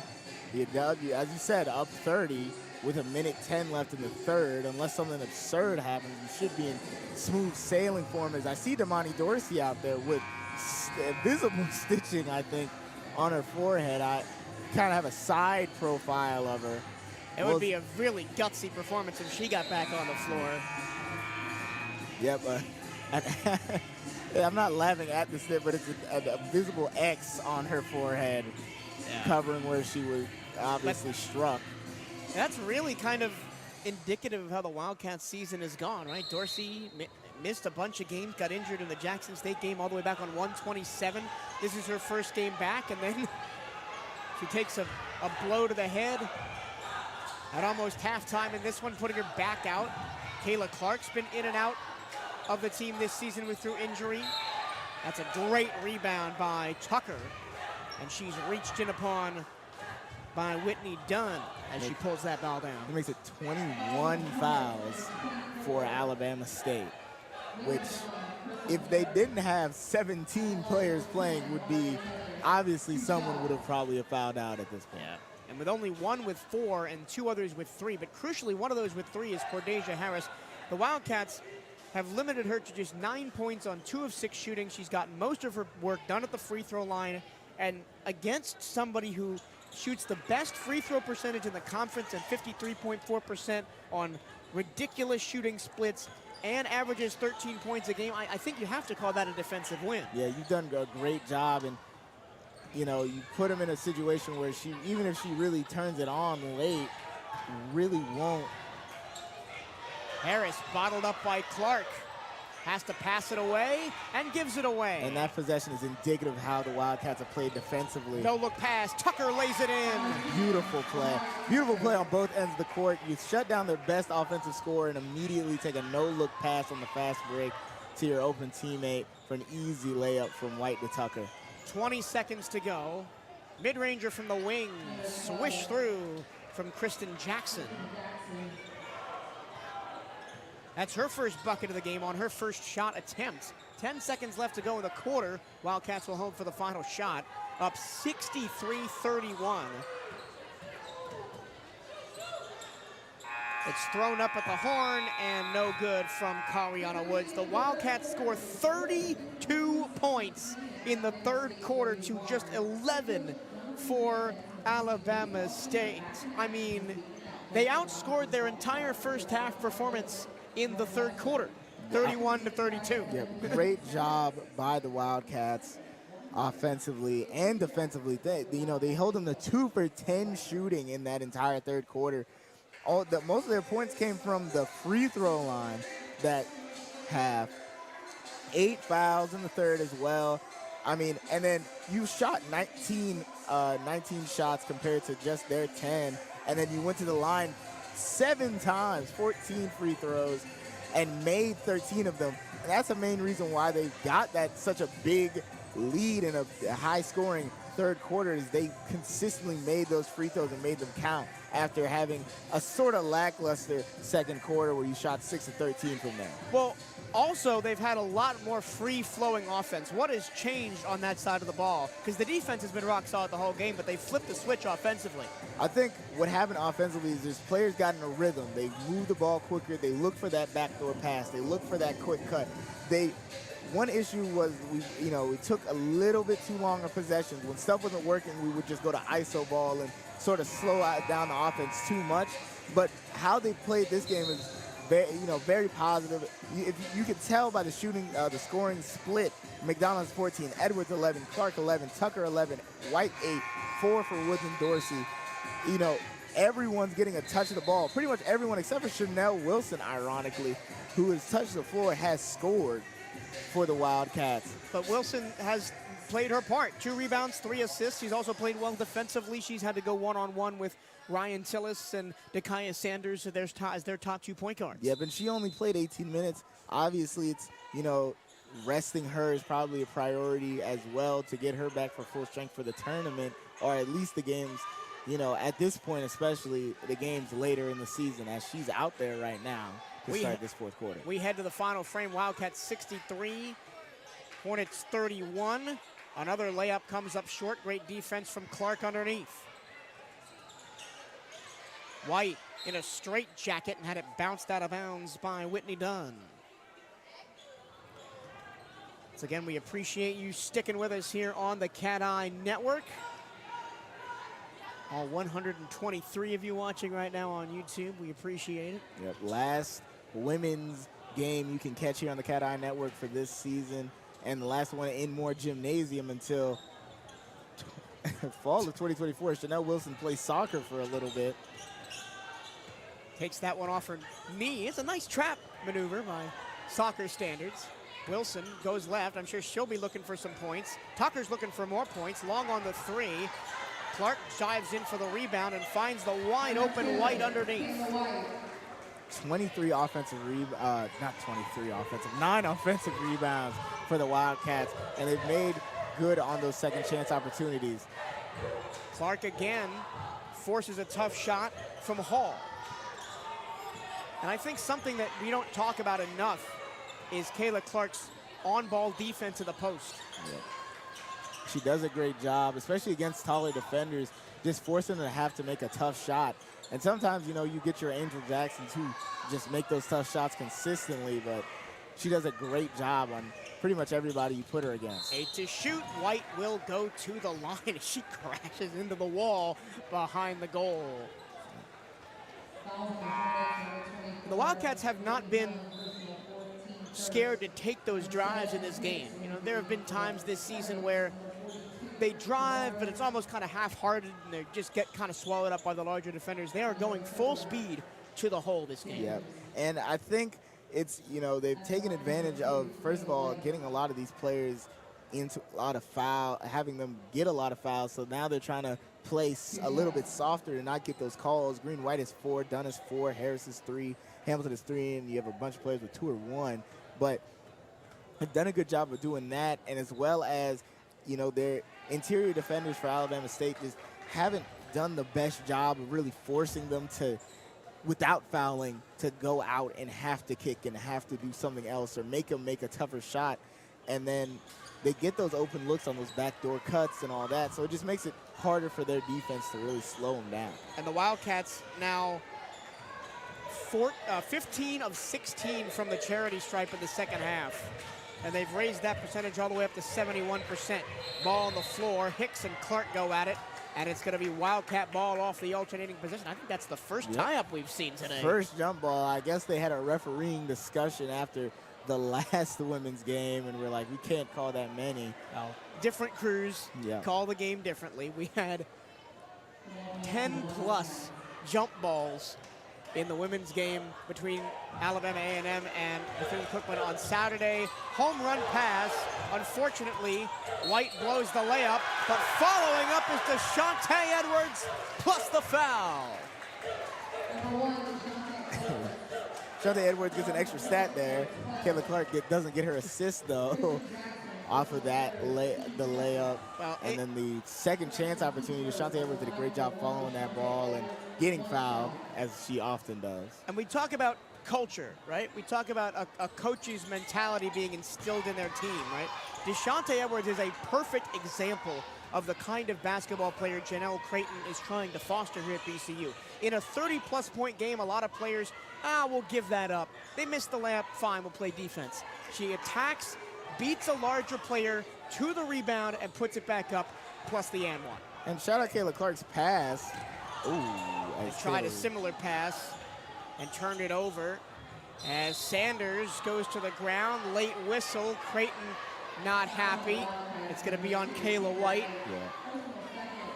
And I know Coach Creighton's not happy, but I understand that call. Yeah, I don't mind the call. I do dislike that they did wait until she fell over completely to call it. If you're going to call that, because the contact was a good 3-4 seconds before that, call it then. Don't wait for someone to fall or something to make it seem like, oh, well, that's why we called it. Sanders has mostly been a facilitator. Long on the three, the ball goes out of bounds. As we come to the end of your time up here in the booth at Moore Gymnasium, what's been your biggest takeaway as being able to do this as a student here at Bethune-Cookman? It's been really fun, you know, as Kayla Clark just lets another one fly. It's been a really fun experience here. You know, you get a ton of good games. Moore Gymnasium doesn't do boring games. They refuse it. You know, this is probably the biggest blowout, the biggest lead we've seen for both the men and women in a minute. White, 8-ball, corner pocket. Kayla White makes that. I'm so sorry I'm talking over your highlight like that, Kayla White. But a great job by the timeout called even. By Coach Freeman Jackson. So we've got time to continue this conversation. But it's been a great experience. You know, we get a ton of close games. I've had a great time calling all these games. You get to learn players' personalities and all the kind of stuff you don't really see as just watching it as a fan. When you have to make mental notes of how players like to play, you know, you kind of end up being like a little cheerleader for the team in the sense of, you know, okay, this person is really good at this, not that good at this, but they're great at this kind of thing. So it's very fun to have something that you can kind of rally behind and you're the voice of. You know, when we post these highlights on Instagram, BCU_hoops. But when we post these highlights on Instagram and stuff, I get to hear my voice and hear your voice, Michael, as we call these games and call these amazing highlight plays that we see in here. The highlight dunk by Reggie Ward comes to mind. Deshaun Dyson comes to mind. The game against Southern where I had a diatribe for like 2 minutes during free throws. It's just a very fun experience. Yeah. And also a shout out to the other seniors on this CatEye Network crew: Jada Haynes, Delani Seville Russ, December Dukes, Devontae Sims, and Malia Ahalegby. Could not put these broadcasts together without their help. And of course, Gino, our creative director, and Darian, our technical director. Wildcats up 72-31. They have limited Alabama State to just 23% shooting on the night and have raised their overall shooting percentage to 46% because they've shot a blistering 9 of 19 in the third and now 3 of 5 to start the fourth. And I'll tell you what they did. They started making the extra pass. In the first half, they shot low percentage because they were taking the first shot. Yep. Now, the change that Coach Creighton made and the players followed in the second half is they're not taking the first shot. They're passing up a good shot for a great shot. Yes. And in volleyball, there's a term that I learned this year called bettering the ball. And it's almost a similar concept as the Wildcats force another Hornet turnover, right? You give up an okay shot for a good shot or a good shot for a great shot. Yep. Alabama State looks to press here to try to get something going. It's out of these press situations that we know Kayla Clark likes to throw those home run passes. Yeah. I mean, it's been a really fun game. And this is probably what the Wildcats, this is a great note to end their season off on here in Moore Gym. Is Chanel misses on the 3, and then Tucker is barged over. White still battling for it, gets it to Clark, and she scores. That's probably not the way the Wildcats drew it up, but they'll take 2 points regardless. Extremely well-worked possession. They've done a great job this game, just, you know, keeping the pressure up and that extra pass. And I also want to know what their record is for at least the women's games is with these guest coaches. Of course, they had one during, you know, the specialty week for college women's basketball at least, and I think men's basketball as well. Cannot remember the name at the moment, but it has breast cancer awareness stuff. They had Dr. Wes White as a guest. Oh, wow, what a look shot. out at the horn. Solanjale Acreage makes her second three-pointer of the game. Yep. And now we have Sheriff Chitwood of, I think, Daytona Beach, if I'm not mistaken, on the bench as well. And they're showing him a great performance. I wondered who that was down there. Yeah. He was getting interviewed pregame outside.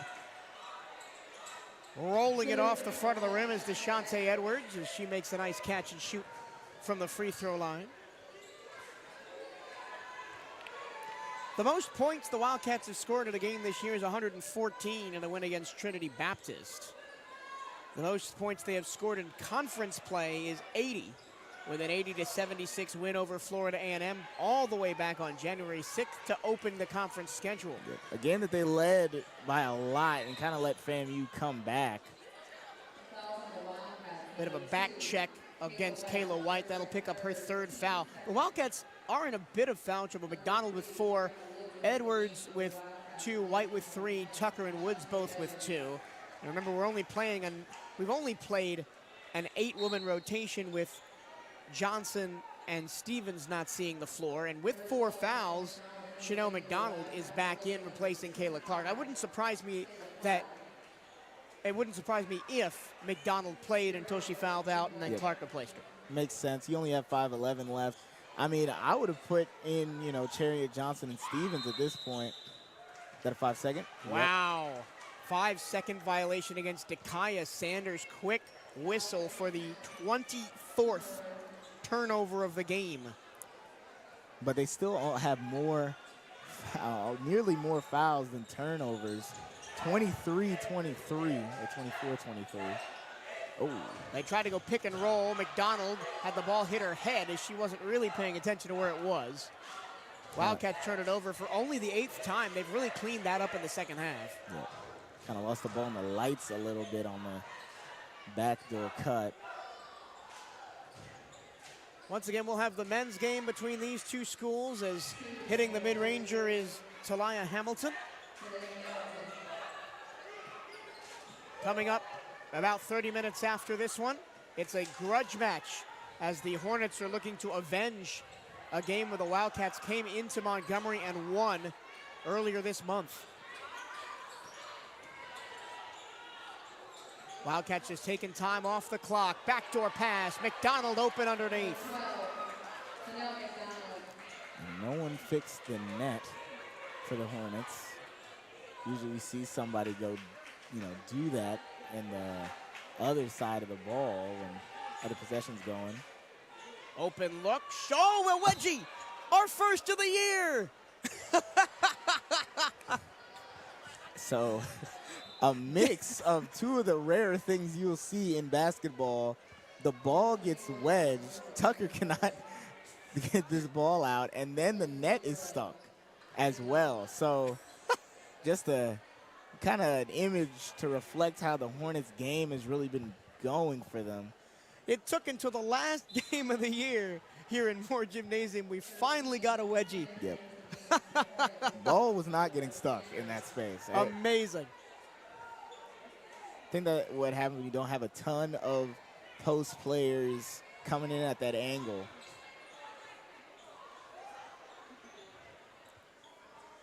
(78-36) Wildcats. First time in a very long time we've had a lead like this for either the men or the women this late in the game. They'll call a reach in against Woods as she tried to poke it away from Whitney Dunn. And this is a down year for Alabama State, but they will be back, right? They've 16 wins 2 years ago, 15 wins, 16 wins. Yeah, I mean, deep SWAC tournament runs. As we said, it's a very young team that they have going. You only have one senior, and yes, that is your probably your best offensive player that is graduating, but you only have one junior. So a lot of these players that you're seeing today, you're not seeing their primes. You're not seeing the best versions of them. Yeah. So though it might be disappointing right now, if you look in a year or two, you'll probably be saying, wow, this team has all these juniors and seniors that came together around the same time that are, really going to probably put this program in a really good spot. So I wonder, what this team is going to look like in the next year or two, and then that doesn't even include any possible transfers or anything of that nature. And of course, I'm sure the Wildcats, as Chanel Wilson goes up and under, and she's finally on the board. Tying their highest scoring output in the SWAC this season. And now everybody that has touched the floor for Bethune-Cookman has scored. And another Hornet turnover. But as I was saying, I'm sure the Wildcats will be glad to see the departure of Ayanna Emanuel, the SWAC Player of the Year last season, who came into this gym on senior night last year and dropped 40 points in an overtime win for the Hornets. Yeah, they've been that's a big miss for this team offensively. It's, you have a player like that as Cherry Johnson looks to check in with around 3 minutes left. McDonald. Ooh. Great defensive possession by Talia Hamilton, just stifling McDonald. And now here's Chariot Johnson, the freshman, replacing Kayla White for her first court action of the night. Johnson, someone who Coach Creighton is very high on, sees as the future of this program at the guard position. 5'9", has good height, can guard positions 1 through 3, and we've seen against some of that non-D1 opposition, she has a very fluid shot when she gets open as well. Yep, and we've seen how good she is defensively in SWAC play. Layup goes long. It'll stay with the Hornets. Last touch by McDonald. 2:42 left to go here at Moore Gymnasium for the women's season. Timeout, Coach Freeman Jackson. She wants to talk things over. And we get one last chance to thank our sponsors, Southeast Toyota Dealers. A proud supporter of Bethune-Cookman basketball. Visit your local Toyota dealers or explore Toyota.com today and take advantage of the deals on our full line of vehicles. And the 2024 Starry SWAC men's and women's basketball tournaments presented by Buick return to the Magic City of Birmingham on Wednesday, March 13th through Saturday, March 16th, as the league's top 8 teams on both sides look to bring home a championship, and 2 NCAA tournament berths are on the line. This year's tournament is scheduled to be held in downtown Birmingham at Bartow Arena, with all 14 men's and women's tournament games set to be broadcast live on ESPN digital networks. For more information on the 2024 Starry SWAC men's and women's basketball tournaments presented by Buick, visit www.swac.org. And if you want to hear our commentary on any games that Bethune-Cookman is involved in, that's right here, CatEye Network for the radio call, or if you're in Daytona Beach, tune your dial to 1380 WELE, and we'll be on their radio waves as well. This game's kind of slowed down a little bit in the fourth quarter. Not a lot of fouls, just 3 for the Wildcats and 2 for Alabama State, as both of these teams go through the motions towards the end of a blowout game. Yeah. Summer Hicks throws that ball over the top, and there's an and one opportunity for Whitney Dunn. Dunn's been hunting that all game long. She's now up to 8 and can tie Cordesia Harris with a game-high 9 for Alabama State with this free throw. Funny thing is, McDonald probably gets that call on her if the game's closer, but the refs can't really let 2 of those kind of go by and get Chariot Johnson.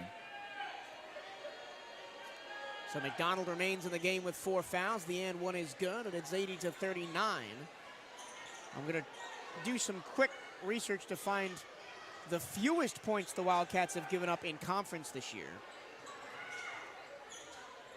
And that number is 51 in a 40-51 loss to Alcorn State. As Chariot Johnson gets fouled going up for a layup there and has a chance to make sure that every player for the Wildcats that touches the court has scored after coming on late. Of course, the fewest points the Wildcats have let up this year was 24 in a win against Johnson back on December the 12th. That, of course, being an a JUCO opposition, not NAIA. And the fewest amount of points they've given up against D1 opposition all season long is 35 in a 61-35 win against Valparaiso at the Stetson Invitational. And point of order on that last foul that sends Johnson to the line, that is Whitney Dunn's 5th foul. So she is done, no pun intended, for the evening. Chariot Johnson on the board and continues the streak of every Wildcat that has touched the floor being on the scoring chart. Yep. Dunn tied Harris and then immediately fouls out. And Harris has only played 16 minutes in this game as the bench gets loud for Chariot Johnson. Big smile on her face as she will end her first home schedule as a VCU player with a win. 2 minutes to go in this one. Whistle and a foul underneath, and that might be the end for Chanel McDonald, and it is. She's gone on an off-ball holding foul, and I think she was about to be replaced by Gabriella Stevens anyway, so now both freshmen on the floor with 2:06 to go, and a big chance for both of them to kind of make a statement here. Looking at the future of Wildcats basketball, really, with Chariot Johnson and Stevens both in the game. Chanel McDonald, 16 points. She leads all scorers. Edwards and White have 15. Clark has 13 with 13 rebounds for a double-double. And Tucker has 11. Those are the Wildcats in double figures. Yep. And going back to Clark's stat sheet real quick, 13 with 13 rebounds, 5 assists, 4 steals, and 3 blocks, and only 1 foul and 1 turnover. Wilson, nice bit of footwork to get the ball to Johnson in the front court. Chariot resets. Tucker a 3. Just off the mark, but Chariot Johnson gets the offensive rebound. Gabriella Stevens! Hey! And the bench goes crazy for the walk-on freshman from Flint, Michigan. Traveling violation on the other end, but a great moment for Stevens, as she's only played a couple of times this season, has 17 total points, had not played since the Valparaiso game back in December for a majority of minutes. So great to see her back on the score sheet. She saw her first career action against Warner and scored 3 points in that game. Yeah, very fluid shot motion there. Johnson.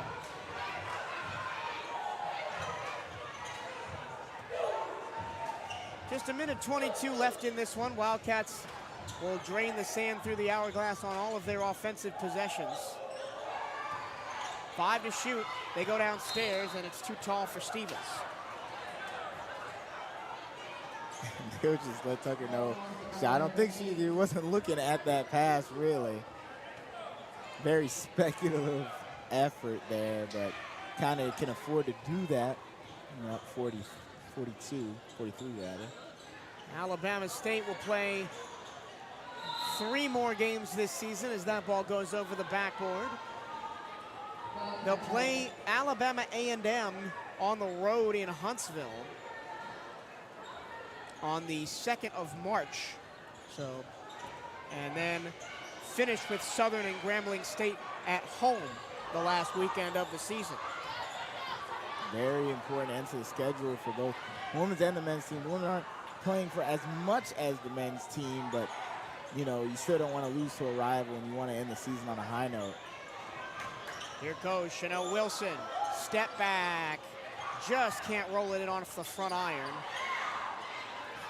And the entire Wildcats bench points at her at the foot being Summer near Hicks the line. takes a transition 3, gets her own miss, and then has a pass deflected by Stevens, but the Hornets maintain possession. Hicks, the freshman from Deatsville, Alabama, goes to work on Johnson. Kick out for a wing 3, short, but flashing through for the rebound.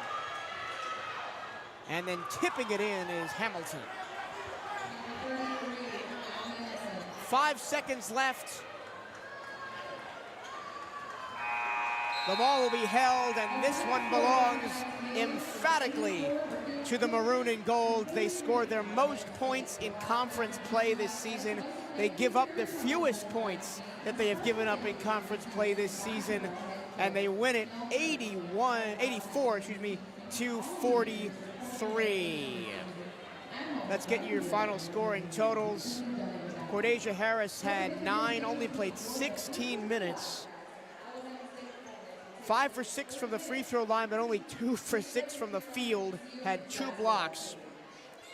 Dunn also had 9, 3 of 9 from the field, 3 of 3 from the line, but fouled out after only 12 minutes of play. Hamilton had 8, Akridge had 7, hit the only 3-pointer of the game. In fact, the only 2 3-pointers of the game for Alabama State. Hall, Sanders, Greenwhite, Jackson, and Simmons all had 2. Tillis, Graham, Hooks, Tavares, and Hicks played but did not score, as Alabama State is held to just 25% shooting. For the Wildcats, Chanel McDonald only has 1 rebound in the game, but scores a game-high 16 points on 6 of 9 shooting and 4 of 4 from the stripe. Deshante Edwards has a big game, 15 points, 3 of 6, 9 of 15 from the charity stripe. She was shooting a lot, also 3 steals. Kayla Clark had 13 and 13, a double-double with 4 steals and 3 blocks. How about that for a stat line on your last home game? Kayla White had 15 points as well. Tucker had 11, closing out the 5 Wildcats in double figures. Woods had 4, Dorsey had 4, Chanel Wilson had just 2, Stevens had 2, and Johnson had 2. The Wildcats out-rebounded the Hornets 42-35 and 13-9 on the offensive glass, leading to 21 second chance points to just 7 for the Hornets. You remember we were talking about that at halftime? The Wildcats only had 3 second-chance points in the first half. They get 21 for the game. 23 assists for the Wildcats, 10 for the Hornets. They forced 25 Hornet turnovers to just 9 for Bethune-Cookman. They score 40 points in the paint through the Wildcats and 21 points in transition. Henson, your final thoughts on a big win for women's basketball. Almost a nearly perfect performance out of the Wildcats. The only thing I'd really want them to do better was shoot, better from the three-point line. 2 for 11 from there. But in their highest scoring quarter, they only shot 1. So you didn't need to take them. And then maybe just a little bit better from the line, but they did fix that up in the third and fourth, shooting 13 for 14 and 4 for 5, basically around that 90 percentile. That's perfect and respectable in terms of free throw shooting. Played amazing defense throughout, never letting the Hornets score more than 12 points in a quarter throughout the entire game. Held their best scorer to just 9 points and had her on 3 fouls, and only allowed her to 6 rebounds. Did a great job throughout for the Wildcats. That'll do it for us. 84-43, your final score for CatEye Network Director Eugene Robinson. Producer Darian McCaskill, SID's Bryce Rodowski and Brian Harvey. My analyst today is Henson White. My name is Michael Torello. Thank you for watching this production of VCU Basketball on the CatEye Network. Join us in 30 minutes time for the men's game as the Wildcats wrap up their home schedule here at Moore Gymnasium. We'll see you then.